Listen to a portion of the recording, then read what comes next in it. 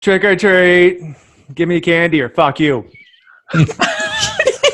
Oh man, you guys always do like less meaningful, more humorous. The only ghost that lives here is the Holy Ghost. I don't celebrate Halloween, so that makes me better than you, I'm pretty sure. Trick-or-treating to rioting in the streets. It's all connected. Arnold Glasso said, "Fear is the lengthened shadow of ignorance." Halloween! Halloween! Halloween!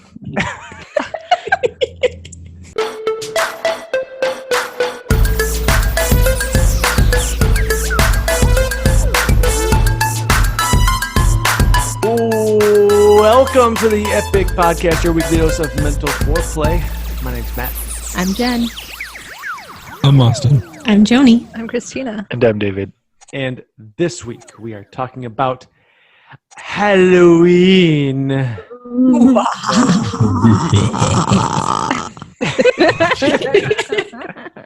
Sorry. All right. And That's a wrap. good about this episode, you guys? We good? Kids need pretended to. Witch laugh. He'll never calm down. So Halloween. I mean, we didn't really narrow this thing down before we dove into it. So I'm kind of curious what you guys discovered upon researching Halloween, All Hallows, all that kind of stuff. Well, first things first, though, I have to say, if you want to watch the video of today's episode, some of us do look different than normal. That's all. That is true. Some of us are wearing Halloween costumes. I am Lady Raincorn from Adventure Time, and Matt is Jake the dog from Adventure Time. And David and I are just people with different hair. Individual number one. Just look normal, because we don't celebrate Halloween. Never have. Yeah, the thought didn't even enter my mind, other than we talked about it last week to wear costumes, but other than that, even preparing for this, it didn't even cross my mind to wear a costume. So this literally is the first time I've ever dressed up for Halloween, quote unquote. Have you ever? Never. No, we're not really. Oh my! We don't know. We've never been Halloween people. I was a We're past. better than you. Okay. I am David was so a We're, bastard we're kid. backsliding. Well, it was funny because I think for me growing up, I celebrated Halloween. I did like the door-to-door trick-or-treating, and then my mom found some friends who were like, "That's the devil's birthday," and then we stopped celebrating the devil's birthday. The devil's birthday. We stopped celebrating, so I went from like door-to-door trick-or-treating to like nothing, cold turkey. You got to go get the devil a present on his birthday now. Apparently. And then a couple of years later, it was like, okay, we can celebrate this, but only in a church festival or a harvest thing where, you know, everything's safe and there's no razor blades in the apples and you can do those things. Right. And then I prefer trick-or-treating, where the trick is that you hand them a track. Right. Oh, Totally. Track or treat. Track or treat. Give me candy or I give you the gospel. I actually wrote about that, something about that in my article for this week. Growing up, we did not celebrate Halloween because it was bad, obviously. Obviously. So, yeah, obviously. So what we did, though, I don't know how many years we did this, but it was a number of years. We reverse trick-or-treated. We went and knocked on doors as a church group, not just my family. We went and knocked on doors, but I don't even know what we did exactly. I don't know because I was a kid. Is that what you like? No, you think, right? No, I know at least one year we handed out worship songs. We handed out tracts. They had Shine, Jesus, shine. took the guitars around with us. No, oh my word, I can just picture that. No, the church had, scary. I don't know if this was like a push that a bunch of different churches did or what, or how this came to be a thing, but we had a bunch of magnets printed with our church. It's probably like a Bible verse and then like maybe our church information or something like that on a light bulb, because light the night. light over darkness. But anyway, we went and took these things to people's houses. We'd knock on the doors and give them a magnet. A light bulb? Here's a light bulb for your house. That's kind of Does this funny. make Fuck sense? you. Actually, that Think makes me... about light bulbs. Yes, that's You true. just wandered around the neighborhood tricking people, is what you're saying, think right? The LED One light of bulb. those. Did you We care did about actually- the environment? I completely forgot about that, but we actually one time they bought a bunch of light bulbs and they put stickers on the light bulbs. Oh gosh. Actually, literally took light bulbs to people's house. So you just can't use the light bulb ever. Just See when you catch their house on fire. Oh, I'm sorry. No. Not on the light bulb box. Oh, okay. Oh, okay. In a box. Here is this useless thing. Enjoy. Light bulb. We're Happy forcing you to Halloween. throw it away. take this light and put it where there's nothing shining. Kind of fun. I'm gonna bring it to serious now, guys. So Oh, Thanks. Just Because okay, but first, No because of fun. what Tina said No fun about here. her going from door to door and them giving back to the people at the homes, I back. I researched the history of Halloween, and in the early, I think it was 1700s in Britain, people would go around and do skits and plays door to door, and then people would either give them money or food. So it sounds kind like of the relevant. dance fundraiser that came by our house last weekend. Oh, I missed that. Ah, No, we were But they didn't come to our door. They we were moving stuff. right. They Yeah, well, skipped us we because found we were a busy. sweet patio set at a yard sale, so we were moving that. Are you gonna keep that? Are you gonna keep that costume on? Because that looks really awkward. Take it off. Take it off. tell us. This will be the first podcast where I strip during the show. About to get You're like sexy. literally like Just trying because to hold it on Halloween's your not face. sexy enough, we don't have I was gonna say. Wait, ready for this? leggings and short skirts for the guys, so this is my opportunity. Oh wow. Don't knock anything over. What is that? A onesie? I thought you were a corn dog at first. Somebody to needs be to make honest. gif out of this. This is still happening. Oh my word! Least sexiest strip ever.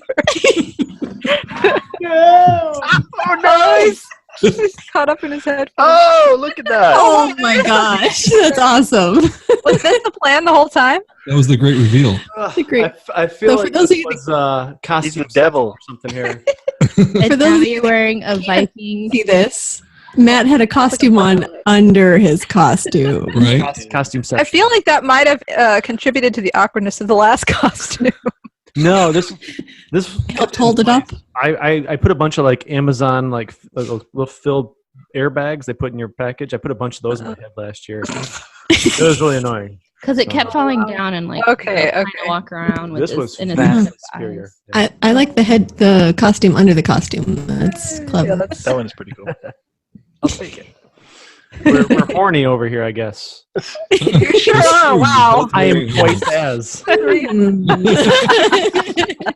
I am wearing a headband with a unicorn. Uh-huh. For those Unicorn versus Viking dual horns. we all know I'm gonna win with my magical power. It's true. If you went in a fight, the unicorn would always win. Just stab you in the brain. Oh, boy. Gourmet. Halloween. Halloween. So we were making a serious point, I think, Yes. somewhere. I just threw a little historical Halloween. Oh, I heard caroling. the term souling, Yeah. and that they would the same kind of thing as what you were saying, but that they would also offer prayers for the dead or something like that in exchange for food. So it's similar. Definitely. Is kind of about getting souls pilgrim. out of purgatory. Mhm. That's the Christianized version. And then homeless people and beggars would go and get soul cakes. And then in exchange for food, essentially they would pray for. So I would give you a cake and you'd go pray for my relatives that are in purgatory. Mhm. I feel like soul cakes is something you get at Popeyes. Like, Right. Well, they had That's- raisins in them. corn so- flowers. Or a Oh, that would be weird. bebop band. Soul cakes. K-pop. Nice. So my hook, I said, I don't celebrate Halloween. That makes me better than you. I'm pretty sure. I don't celebrate Halloween. It's not because I think for years it was because of a spiritual self-righteousness. There is a reality to to the, let's say, the energy around Halloween that is something that I still debate whether or not I want to even participate in. And to this point, I don't. Mm-hmm. But the joke is that, I'm better than you, is it has become somewhat of a self-righteous label. And if you go to Halloween, you go to Easter, the Feast of Esdras, you go to Christmas, where all of these Christian traditions, including Halloween, which is kind of a Christian tradition if you go to All Saints Day, they all were Christianized pagan traditions. And there was I think it was labeled as the redemption of time. And there was kind of a movement in the Catholic Church to kind of redeem the calendar. And so the pagan holidays that you hit, such as, it was the Celtic New Year. The October 31st was the Celtic New Year's Eve. So, and then you had Christmas, which was the winter solstice, which was basically heading into winter, where you realize you got 3 months of death. And so you have the death of Jesus Christ. And you have Easter, which is the first day of spring, and the Esdras. And so the redemption of the calendar, the redemption of time, was basically about taking these different pagan holidays and turning them into Christianized versions. But because of that, there's a lot of modern Christians who get their panties in a wad over Halloween, Christmas, and Easter because of their pagan origins. And I don't know if I was ever one of those that did it with Christmas or Easter, but Halloween kind of has always kind of seemed obviously dark. And so it was easier for me to be I'm just not going to go there. Mm-hmm. But I didn't do a whole lot of research other than that I've been teaching around this stuff for years. And there is a lot of self-righteous bullcrap around people who, abstain from Halloween for the sake of spiritual superiority. And that's kind of any angles I have on it are just kind of to punch that thing in the face. And yet at the same time I wouldn't mind a serious discussion around any level of darkness or death energy that is around Halloween. And then you get into the modern stuff that's going on with the deep state, and you get into the proven practices of child trafficking and sacrifices and stuff like that. It's not a secret that Halloween is a pretty legit night for some of that stuff as well. So I think there's enough conversation there to have, but I know there's lots of other ways to take it. But for me, that's I do think it's a bit self-righteous to judge others for celebrating Halloween. At the same time, to have a serious discussion about it is probably something that a lot of families would be interested in.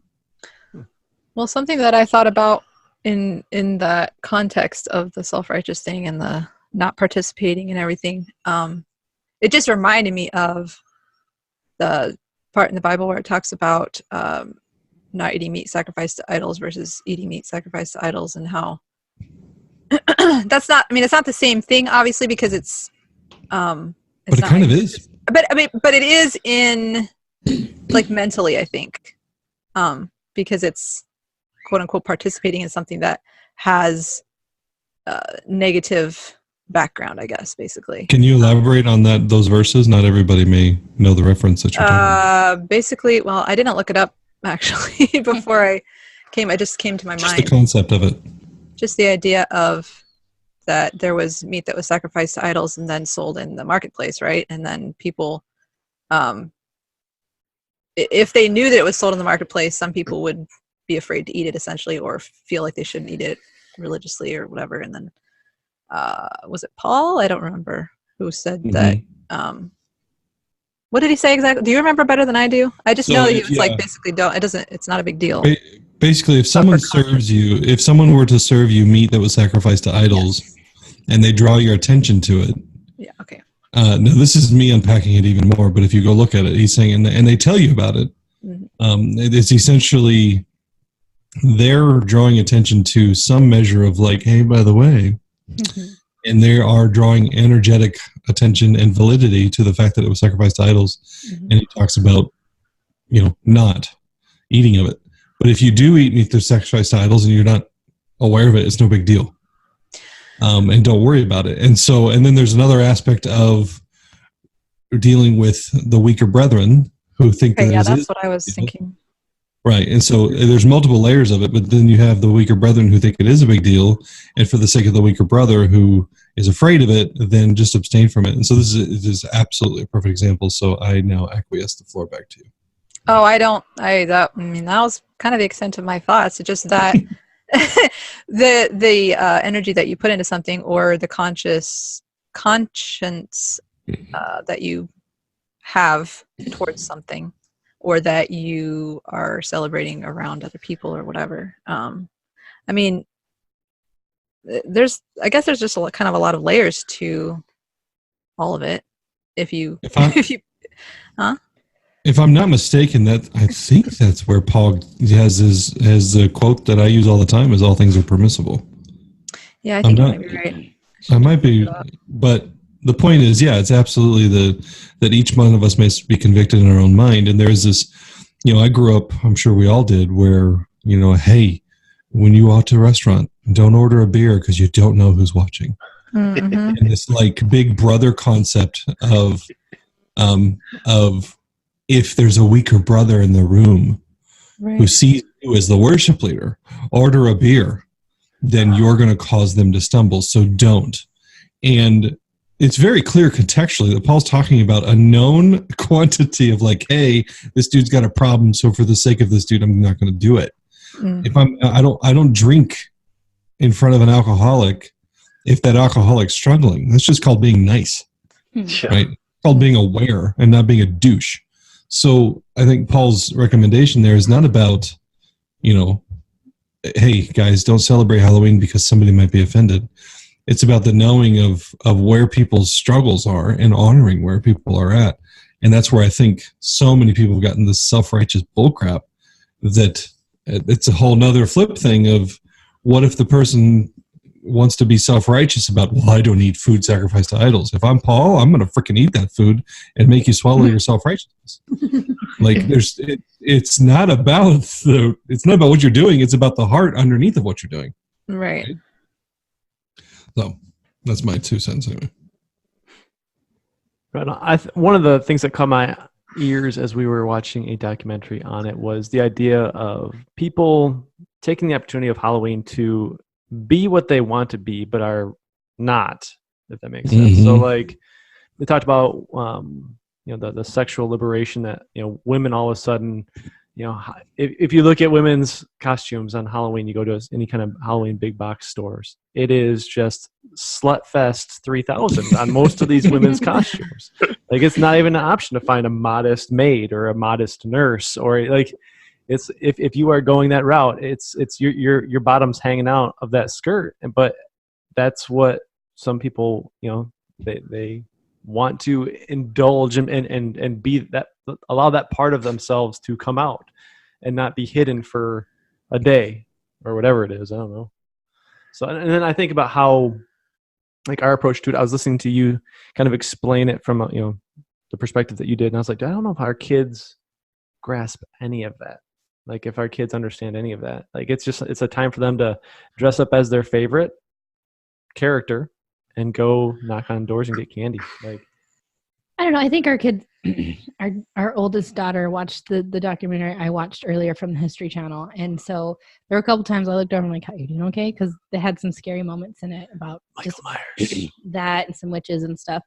And just the whole idea of, taking it back to the Celtic holiday where they actually, it was the start of their new year. And it was also like, this is our harvest time. And whatever we collect, we'll either decide if we live or we die for the winter time.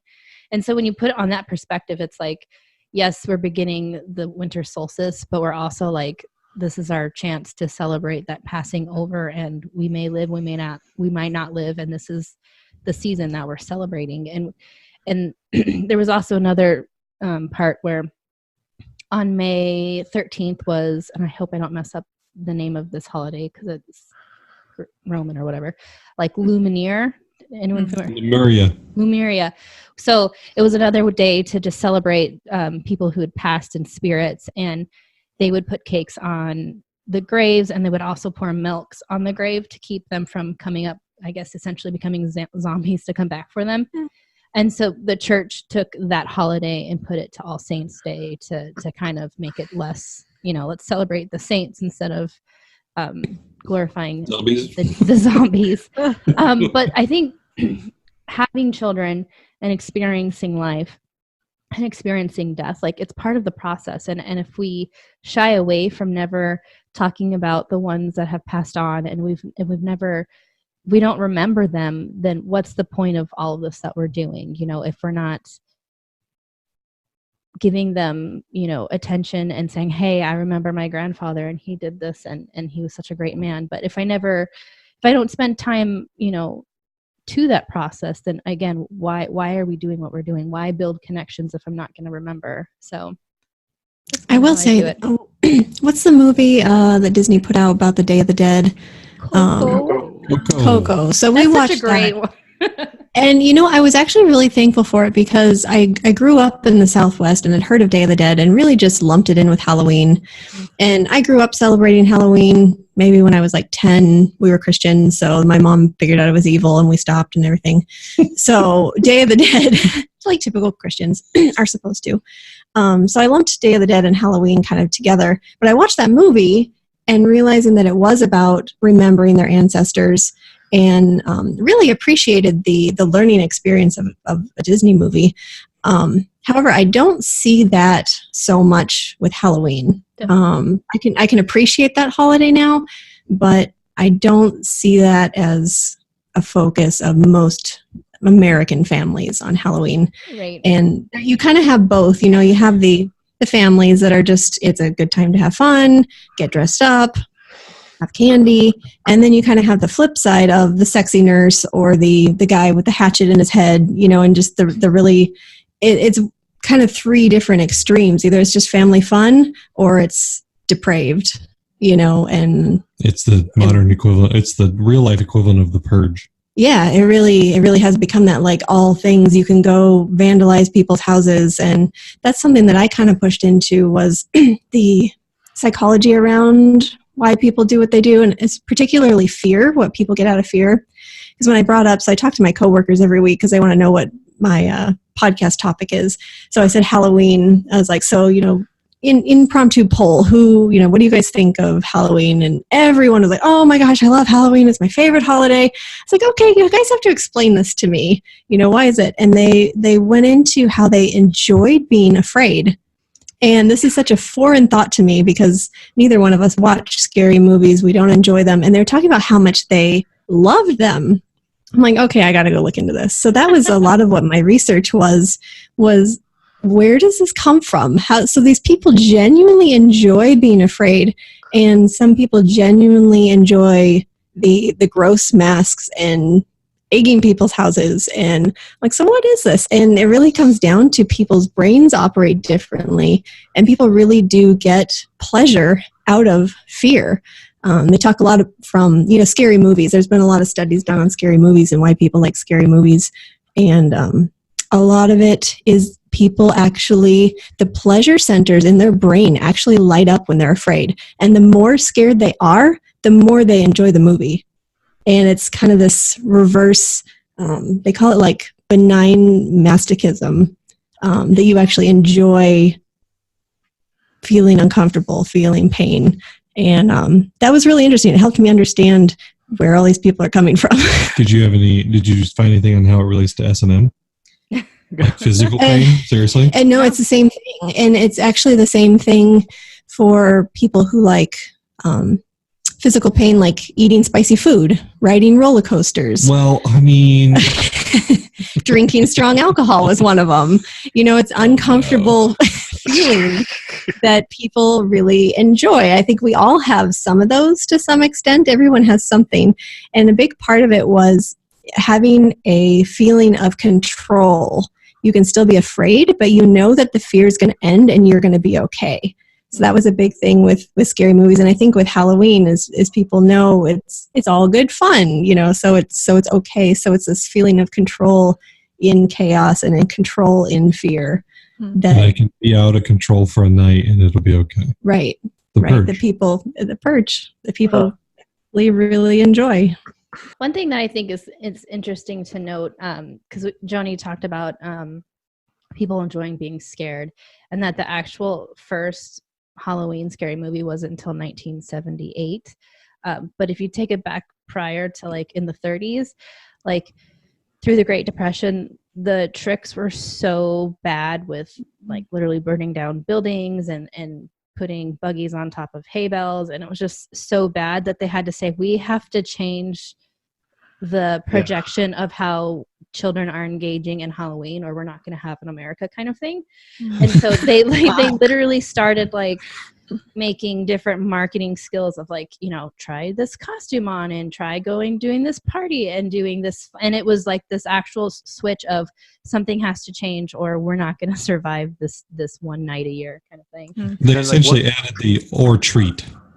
It was essentially tricks. It was all tricks. And then they basically said, we need a different option. So let's add treat. Well, yeah, it was like some lady was just like, I'm going to try giving them candy and see if my house remains unscathed here. And it worked. She had an open house and had kids come in and her house was like not messed with. So. Yeah, it was funny listening to that because do you remember what I said when we were watching it? I was like, kids these days. It's like our daughter was like, you mean those days? And we're like, that's the point, yeah. Like we always... we're constantly talking about how kids are so bad these days. When I was a kid, I was so much more of an angel. Right? Yeah. But no, I'm really intrigued with the whole history of it because I think, you know, being passed down generationally, like this is what it was, or this is, you know, the devil's birthday. And then to see it from a non, I guess, religious bias of like, no, this is the history of it was really kind of. Well, seeing, like, I'd always read it as Sam Hain. I Googled it. It's Sam Wynn. Sam Wynn. But it is spelled Samhain. But right. It's that Celtic holiday that we don't pronounce after those letters. Since we went back to the Celtic holiday, I wanted to touch... I thought I had lost my window, so... I might as well just always bring back. Myself. Dive through the window, David. Diving through the window at the moment. With your wig. Fit. So at this holiday they thought that the line between the the other world and the whatever this physical, present other world, dimensions, the line between the dimensions was blurred or weakened or something. The thinnest. And so it was a perfect time for the druids to do some future telling. And I'm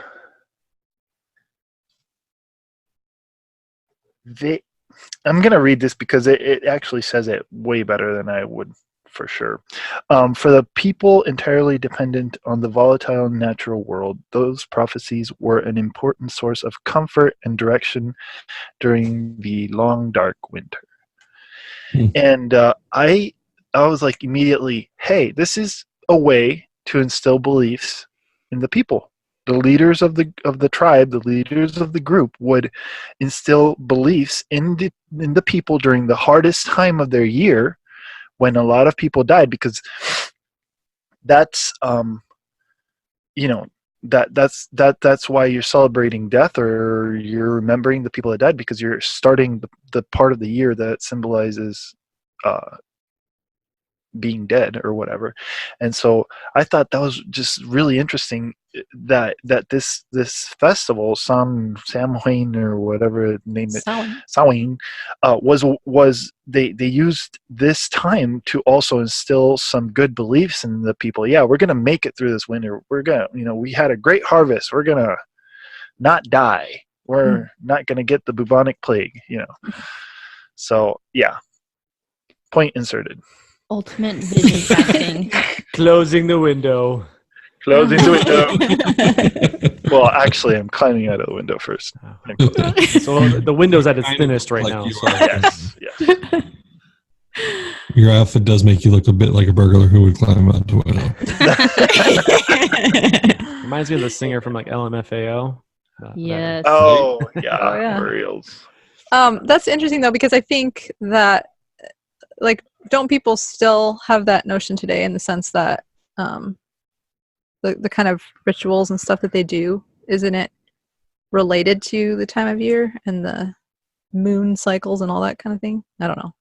I didn't actually look it up, but I do know it's a bigger deal, like when Halloween falls on a new moon or a full moon. You know, I remember that as a kid, we always heard about, you know, the satanic aspect of Halloween. That was really the thing that got my mom and was instilled in us, was that, you know, they use this time because it's widely known as a time where the line between this world and the next is thin. So they would do child sacrifices and sacrifice cats and, you know, all sorts of rituals and stuff like that. And that was what got my mom and was instilled in us. And I haven't really looked into it. I know it's a thing. It's not really the reason why I don't now. I really don't.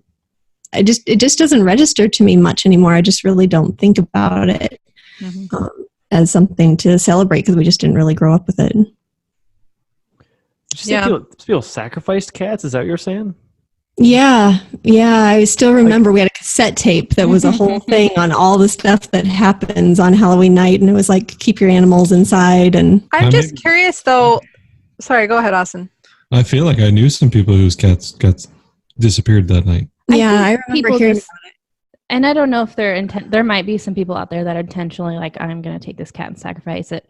But I think a lot of it has to do with kids doing inappropriate things because it's trick or treat day, and I'm going to smash a pumpkin. Smash my neighbors. I'm going to do something with, Well, there was an altar found next to one of the schools that I went to. There was multiple dead cats. For real. Yeah. Is that because like you were at a private Christian school, or? That was one of the things. Yeah, they had the prayer walk and all that stuff. But yeah. Oh, they probably prayer walked like 7 times that time. Yeah. They found the altar. And do you want? Well, so there's a reason. I'm gonna go there. I'm just gonna go there. Well, okay. I'm curious. Go ahead, Christina. Christina.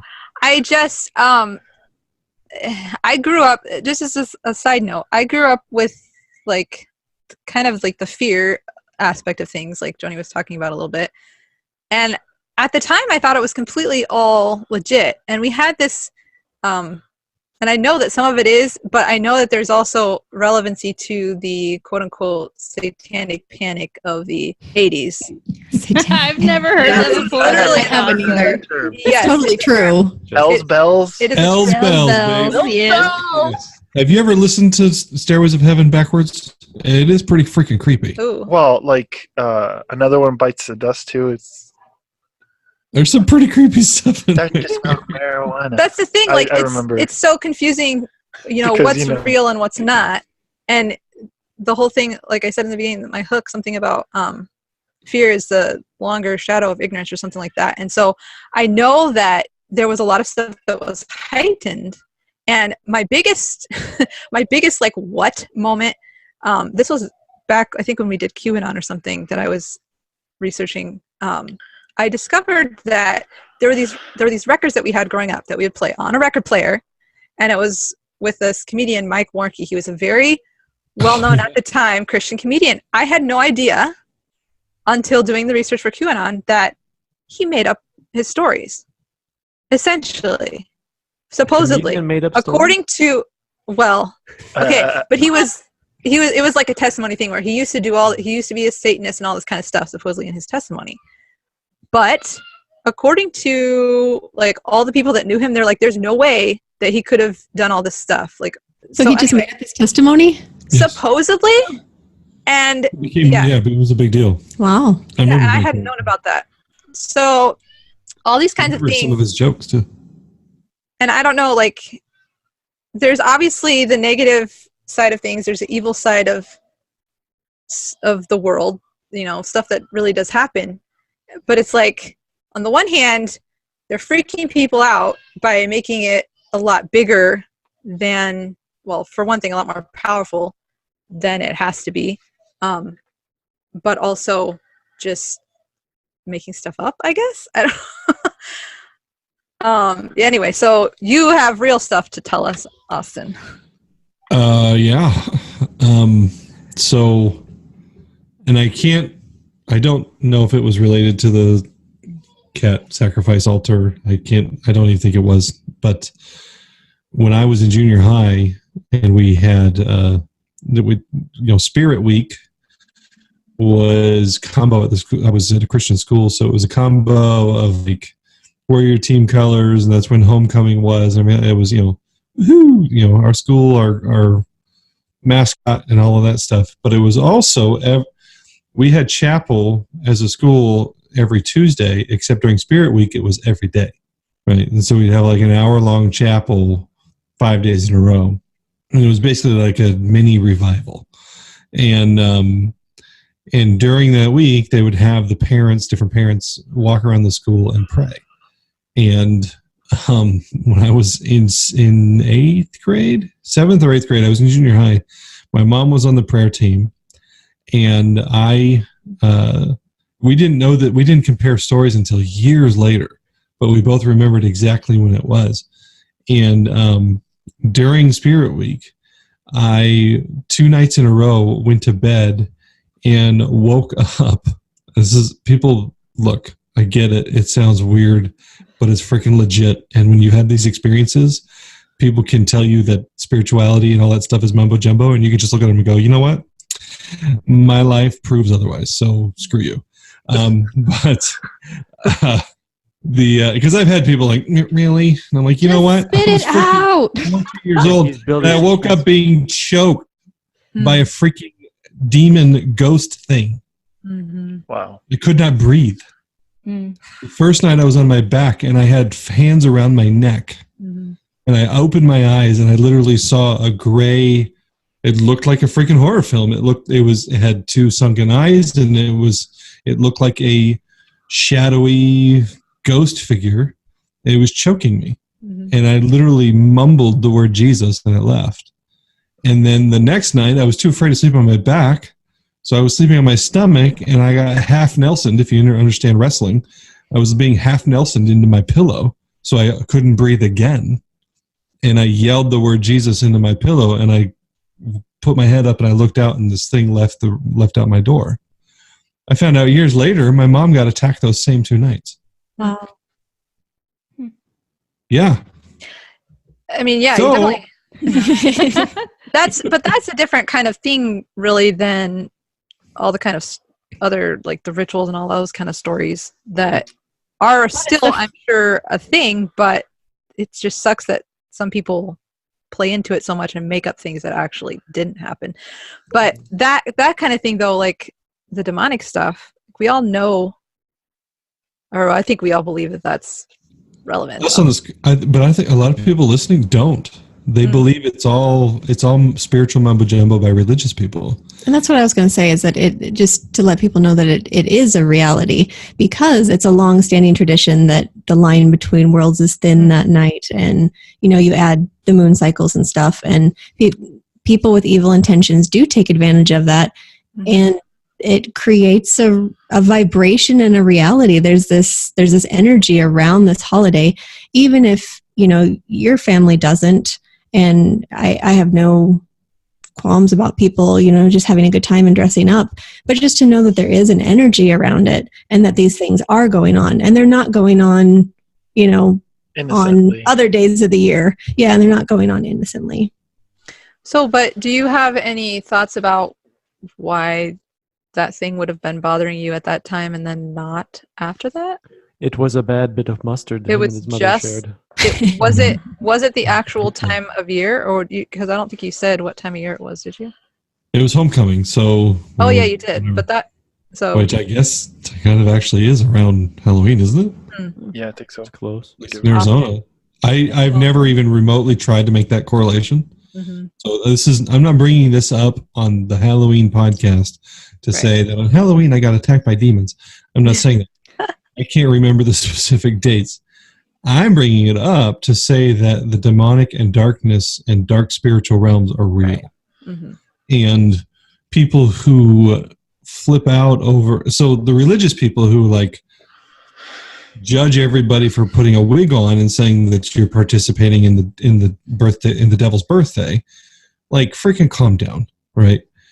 But the people who deny that there's anything to even consider also need to be aware, no, there's something to consider. And so it is with so many things in the spiritual realm is an awareness of something that is, and yet when you realize that humans are divine creators with our belief, that if all of humanity stops believing in certain things, they will go away.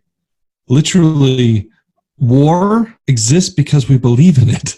Huh. Right? If like that's a very tangible example of that nature doesn't do that. Like, and so if we could just balance the reality that certain things exist because we've created them.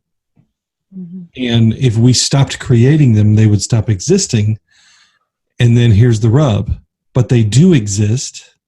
Therefore, pretending they don't isn't exactly the answer. I was going to say, then what do you do with Halloween? You know, do we draw more attention to that aspect of it? Or do we just let it be innocent and fun? You know, it's hard to know what to do with that. Well, I ran across someone saying that that the concept of, laughing at evil, which, like, to disarm it, quote unquote, which is, I don't know. See, and do we want to comment on that one? Well, Jen was. Sorry, go ahead. I was just gonna say that I think there's, in order to stop believing in war, I have to trust that you are not going to make weapons of destruction and that you are not going to come and attack me. And so there's a certain level of trust and a certain level of faith to say, I'm going to take the appropriate steps to get us to the end goal, and I'm going to trust and have faith that everyone else is going to collectively do the same. And so when I think about Halloween and I think about all the evil intentions people have, because I have experiences where I do believe people put spells on me and whatnot, that I have to know myself well enough to know, like, hey, something's trying to get in my zone and I need to keep that in check. And then I have to trust in my abilities and my beliefs that I'm going to be able to move forward and conquer these things. Because just like, I'm going to end with that. So. Yeah, that's a natural stopping point. Just going to end there. So enjoy that nugget. What I was going to talk about, or what I was going to say in regards to this, is that what I have seen in our society, though, has been a fascination with this kind of stuff. Mm-hmm. And it's not a realization that it's evil. It's it's evil, but it's really interesting. And, and so you see a lot of people like trying these weird rituals or whatever. And I mean, even in the in the history of this festival, there were things that people did, like, trying to see who they were going to marry and standing in front of mirrors and holding a candle and trying to see if there was an apparition of who they were going to marry that would stand up beside them, and dripping. I saw one of them was lead. Oh, okay, egg whites, dripping egg whites into hot water to see if they could come up with the initials of the person that they were going to marry. And so there was a whole lot of this aspect of divination and stuff like that. And so, like, kind of getting in touch with the spirit world or whatever. And so That was before the internet. yeah That sounds like some horny virgin nerds or something like that. Show me the initials of her name. but like, even can't wait any longer. like even like the whole Bloody Mary thing. Have you heard of the Bloody Mary thing? Like, you can What see school these age kid hasn't? trying that kind of crap during Halloween and trying to scare the shit out of themselves and stuff. And so it's not there is a very big fascination for that kind of stuff. And I don't know. That said, if there's a healthy, or there's a significant amount of fascination about that stuff, is it better to provide a day or a time period where where it's kind of acceptable to go after and pursue that stuff, versus kind of keeping it underneath where it's kind of taboo and nobody's ever able to kind of look at that in a healthy. Well, is way? it looking at it or is experimenting with it? Because I think that's two different things. I mean, But you I can also- educate yourself about something you don't So think. did you just literally propose the purge? I put air quotes for healthy. I don't know.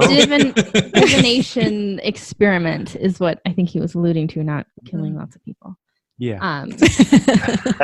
But I also like, Well, whatever works. for some people, it's just another form of spirituality and rituals and going, just like people pray and go to church. Like, it's a different lens. And so, I think it's safe to say most people on this call are coming from that Christian perspective, where there might be people out there and be like, well, you know what, going to church and saying your Hail Marys is a really weird concept and you're all going to hell. Like, it's just different perspectives and different ways to get to filling your soul with spirit. And whenever sacrifice comes up, I love it when Christians lose their minds over it.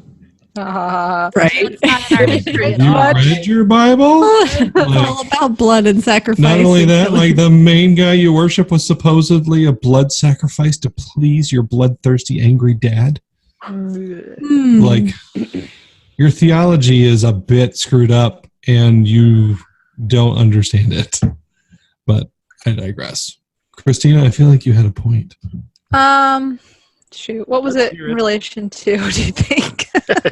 When did it look like I had a point? Because I did, but I forget what it was.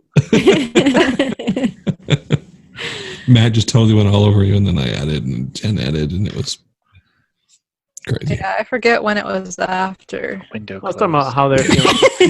how is it healthy to kind of allow for a time of year Oh, right. kind of pursue these. Oh, the whole concept of experimenting with something versus just like actually educating yourself. Sorry, our daughter is crying. Should we stop it for a second? Or Well, I guess we have to now. not really? Just keep going. We can Well, barely hear it. Okay, good. I don't know. I don't think you have to get all knee deep in something in order to know whether it's a good idea or not, I don't know. Something I pushed into a little bit was the whole idea of wearing the costumes and what that does to people.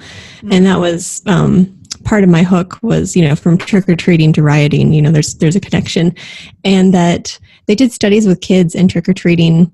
And so they watched kids, and someone would come to the door, greet the kids, and then say, sorry, I have to go work, take one piece of candy.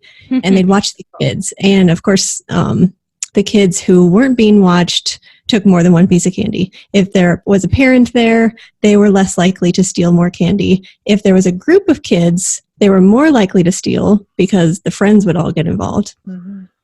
And then if they were wearing a costume and they were anonymous, they were more likely to steal. And I looked at that, and that was something even with adults that happens on Halloween, is that they're more likely to have a higher blood alcohol content, more likely to be angry, violence, to be destructive, because Matt. I'm anonymous. So it's okay. third costume. But what that does, having a mask on, that it disassociates you from your identity.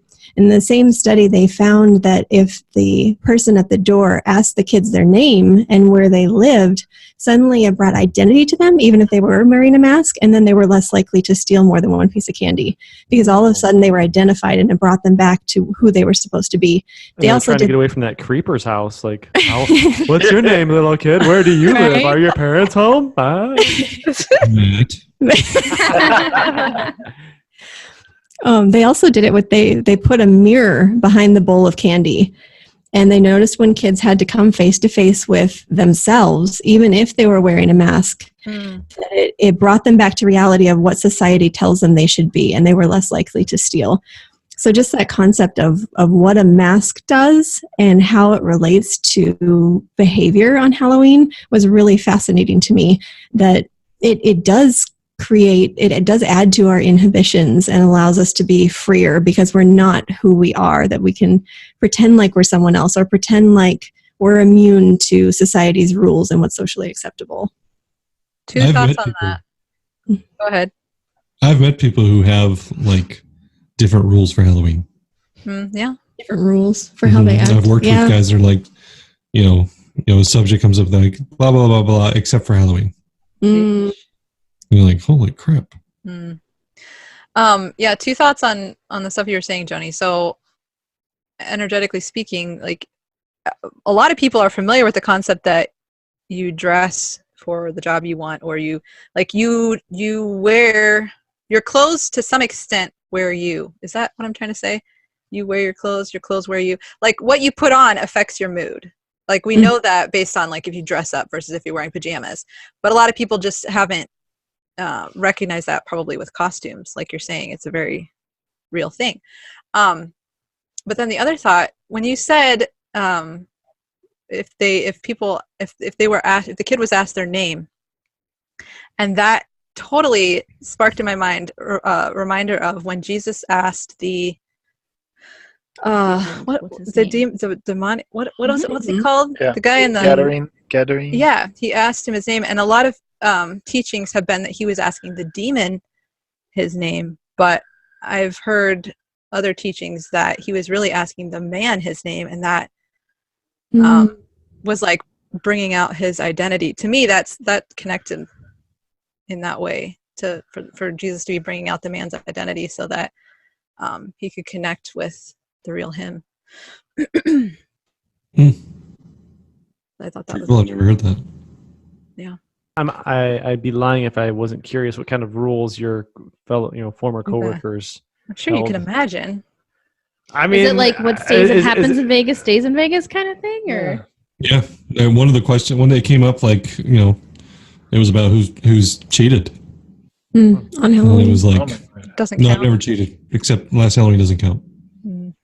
Like my wife, kind of thing. That's weird. Like, yeah, there's the. Did anybody look at crime statistics on Halloween? I know violence and vandalism. Well, we had one year we were out of town for Halloween and we came back and someone had thrown a pumpkin through the back window of his car. Yep. He had glass in the speakers of his car for years. They never did get all the glass out. And wow. Glass everywhere inside his car, just demolished. And they do it just because it's Halloween. So it is like modern day purge. It's just a free for all. So dumb. Oh my word. I guess, like, who gets to decide when the energy shifts on something like that? Because we talk about, okay, well, should we celebrate it? Should we not? How do you celebrate it? What's good? What's not? But realistically speaking, I mean, I think people have to want something different collectively as a society or as the world or whatever. And I did run across someone saying that I'm sorry, I totally forget who it was, but the concept of desensitizing and how, I know. Yeah, it was related to the stuff that you were talking about, Austin, with baby sacrifice. And I don't know if that was before we started recording or not. The deep state? Yeah, the deep state stuff. But how all of that group, and I think yes, I do have it in my notes actually. It was the whole 13 bloodlines thing, and that groups get together and do these rituals in like 6 different locations in the US, something like that. Yeah.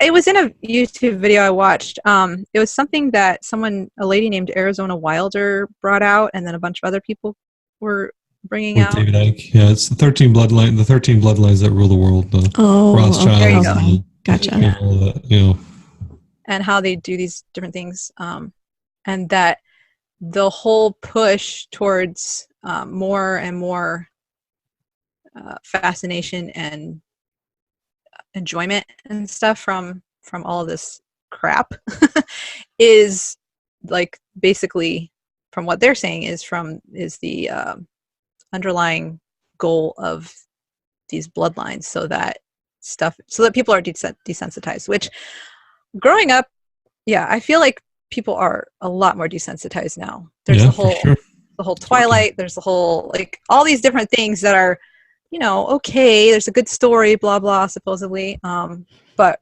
realistically we're talking about vampires and werewolves and all these things that, they're just, if only they could be human, and then we would have good relationships, and I don't know, whatever. I never watched case Twilight. In point, Jeffrey Epstein. Now the idea of a global pedophile ring that includes very powerful people in politics, Hollywood, and media. People are like, oh, that's interesting.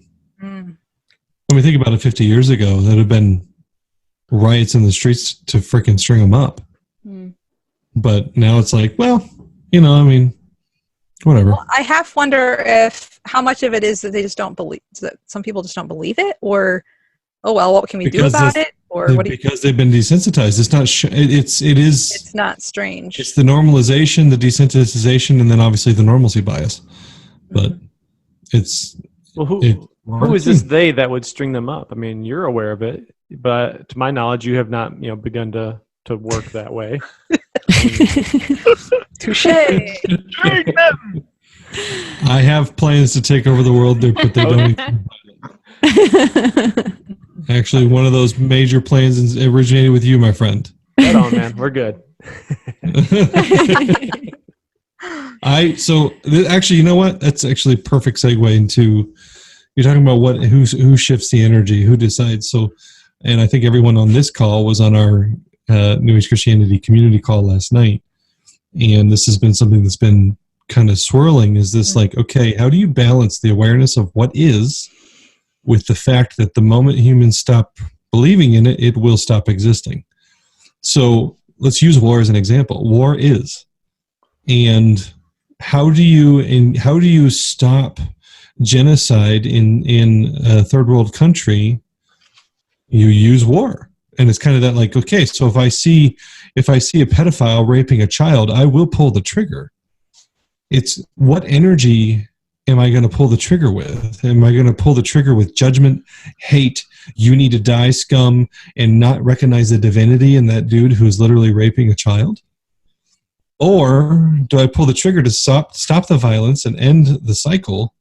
At the same time, in my heart, there is forgiveness and love and sorrow for the fact that I just had to kill that person.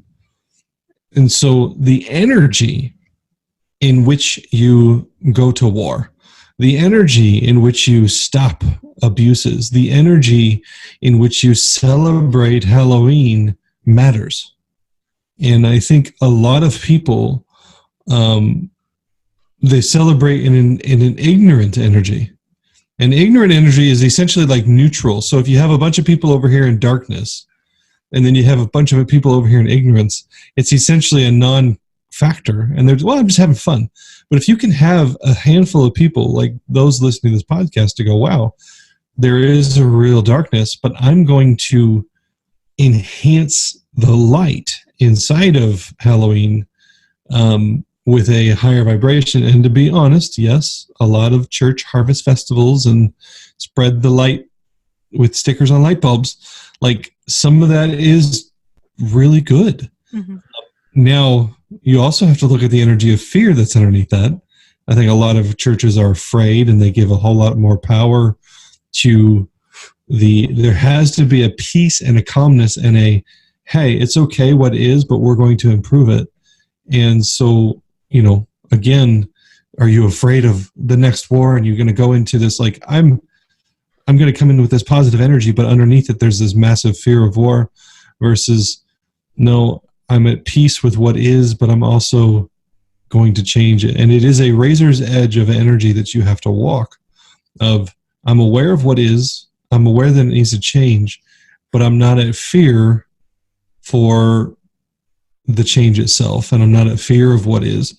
And I think Halloween is a perfect subject to say, if you can become aware of what is, and you can realize that there's some things underneath it that could be changed, but doesn't mean that you go to a party with ignorance, and it also doesn't mean that you go to a party with fear.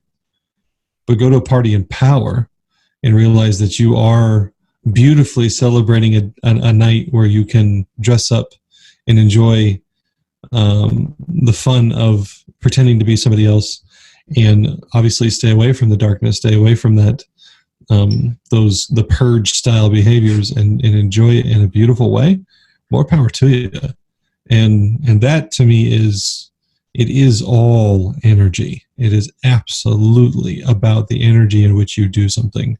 And you can look at 10 people dressed up in the same costume at the same party, and you can get 10 different energies in which they're, and why they are there, and how they're doing it.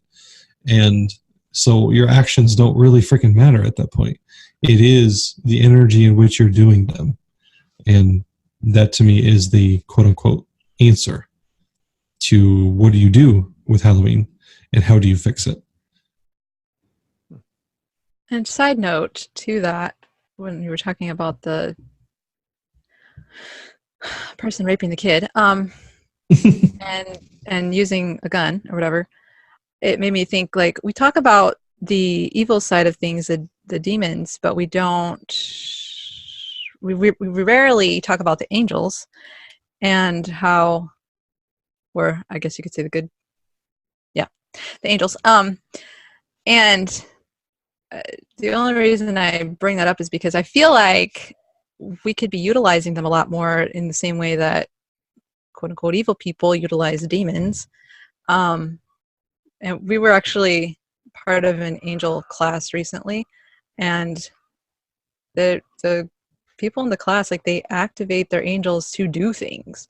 And so I think there's just a lot of stuff that we haven't tapped into as much as we could that would further all of the stuff that we want to further as well, potentially.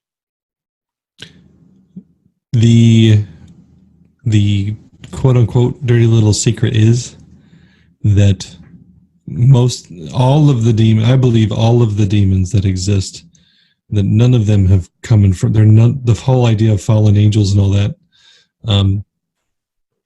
that the demons that exist, and they are created by divine humans who have the capacity to create evil energies.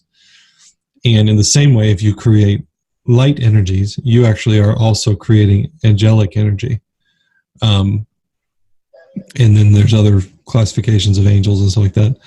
But absolutely, if you were to put into your energy an intention that you are actually giving an angel an assignment, you're giving an energy an assignment. And it's actually it's a way to take that energy outside of the passive subconscious to more of an active conscious of, I'm going to do this and I'm going to activate it to go outside of me. There is absolutely something to that. And obviously the demonic side and sacrifices and satanic this and all that, they've kind of understood the role that their energies can play, and they activate it in a darkness, and they send it out, and they send out curses, and they send out hexes and all that stuff. So we try to send out blessings, and we send out healing, and what we're really doing is we're sending an energetic messenger, an angel. And there's more to it than that, but for this podcast, it's enough. Yeah. This isn't an angel and demons podcast. Well, we've been going for a while, though. You guys ready to go around the circle? Sure. Halloween. I'm going to keep celebrating it with it. And I think I'm going to be more intentional about my personal energies and when I'm out and about. Like I said, I think I've mentioned it before, it's a pretty big deal at my 9-to-5 job. Like, we don't work that day. Every department picks a theme and we do skits, and it's this big ordeal. And that's kind of, I think, amped my engagement with it and being more like, oh, family costumes, and it all ties together. And so for me, I'm surrounded by a lot of light when it comes to Halloween. We live in a really amazing neighborhood, and all of our neighbors are not smashing our pumpkins, and they're walking around in a peaceful way. And I think that is something that I'm going to try to send out, and hopefully it can be contagious to people that I engage with and people that are listening, because there is good and positivity centered around Halloween out there. Just you got to find it or create it.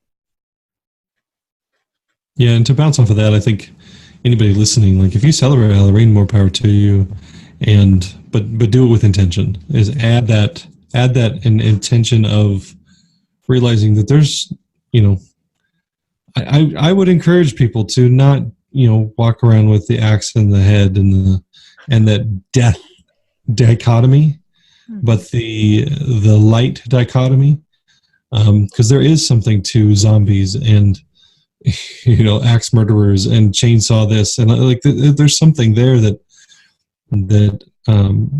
I would say, look, if you're going to celebrate Halloween, do it on the light side.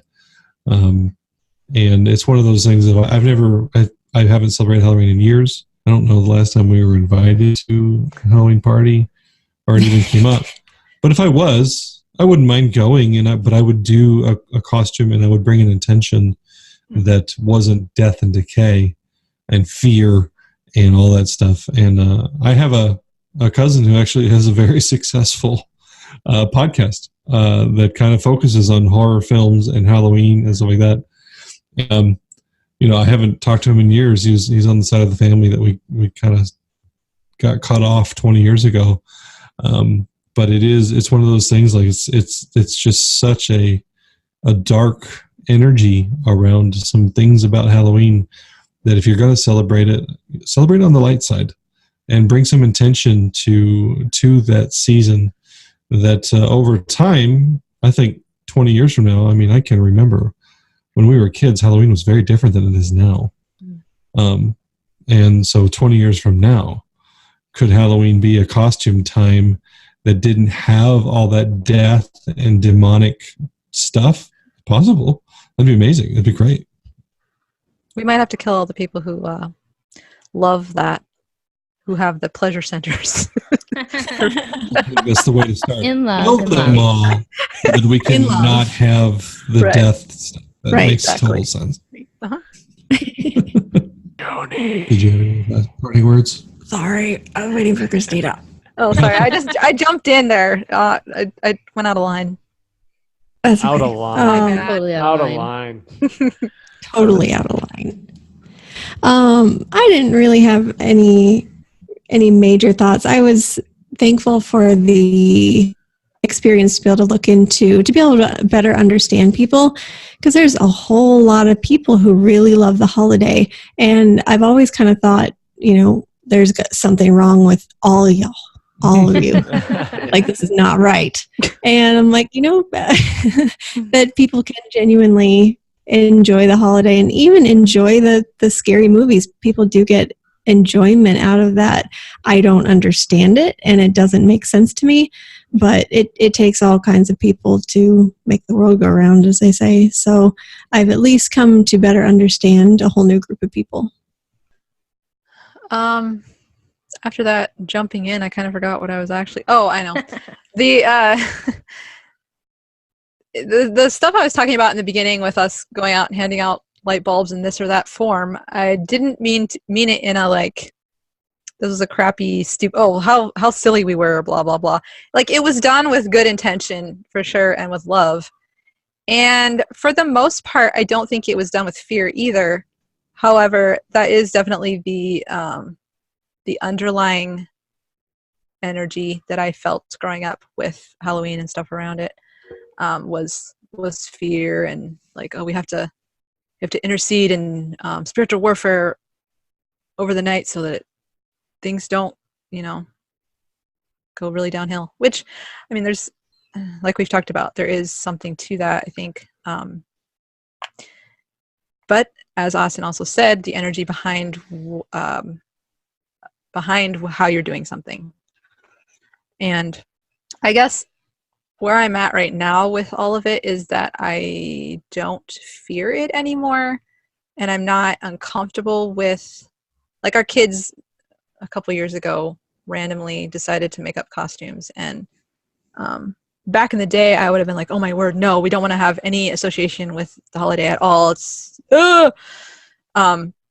but at that time it was like they were very innocent about it. It was really just a thing of fun, and it was nice to be in the place, or I should say it is nice to be in the place where I'm not afraid of it. It's not something that I'm really concerned about. At the same time, I definitely don't want to play into any of the negative energy around all of it. And I don't know exactly how we shift all of that, other than, I guess, how we shift anything in life, and just starting with our own energy. That's really all we can start with. Yeah, it was kind of interesting to think about how to shift the energy. One of the I read today, one of the traditions that I had read was, and I can't remember exactly what group of people did it, but the concept of, like, they would have a meal and they would set places for their deceased relatives and open all the windows so that they could come and eat, and then like make conversation in a sense, and tell them, what had happened in the year and so on and so forth. And I thought about it. I was like, it's not a completely weird idea, not the whole, trying to communicate and so on and so forth, but a time to spend reminiscing about the people that aren't in our lives anymore, and kind of like a time to look back and to learn about our families and stuff like that. And I thought, maybe that would be something that you could redeem it as, a way to look back at our ancestry day. We come from here, etc. I don't know, just a thought. Are you suggesting we do that in our family? I love doing that. It doesn't make sense. That sounds like a fun. I'll come over, David, and we can have a meeting. I honestly love with Oliver.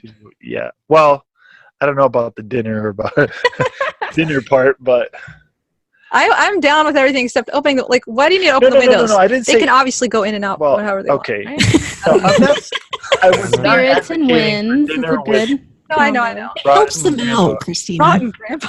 Oh. What about milk? What?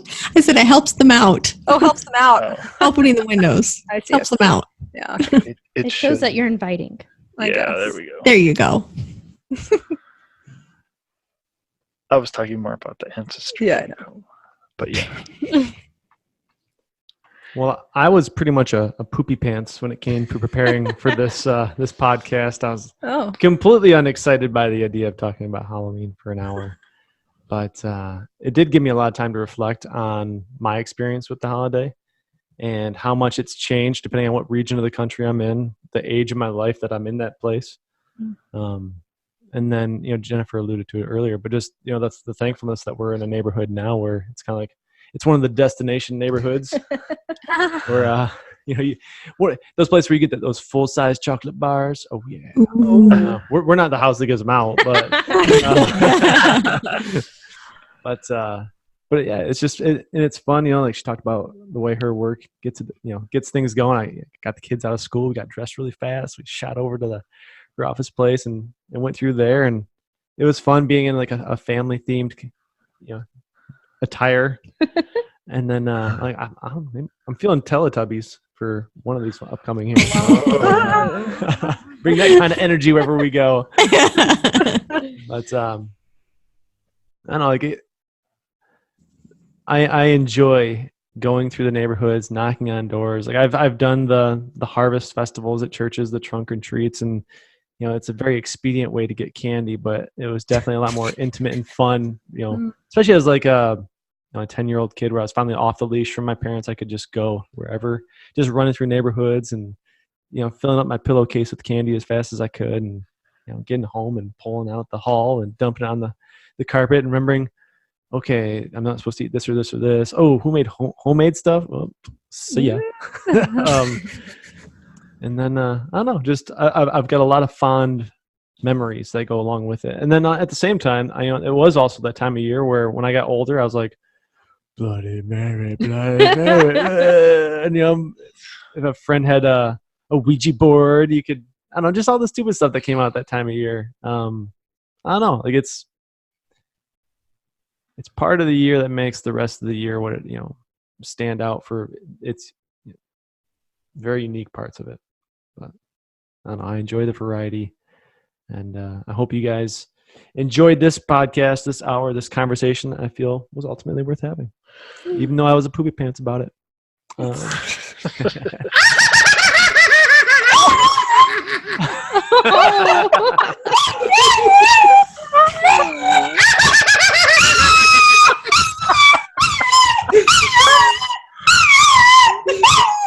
Hops says go to theepic.org and check out our Patreon page. All sorts of good opportunities to keep the show going. That's right, Hops. Tell him. He hates that. It was good though. It was on demand. Oh, every time. It's easy. That said, see you guys later.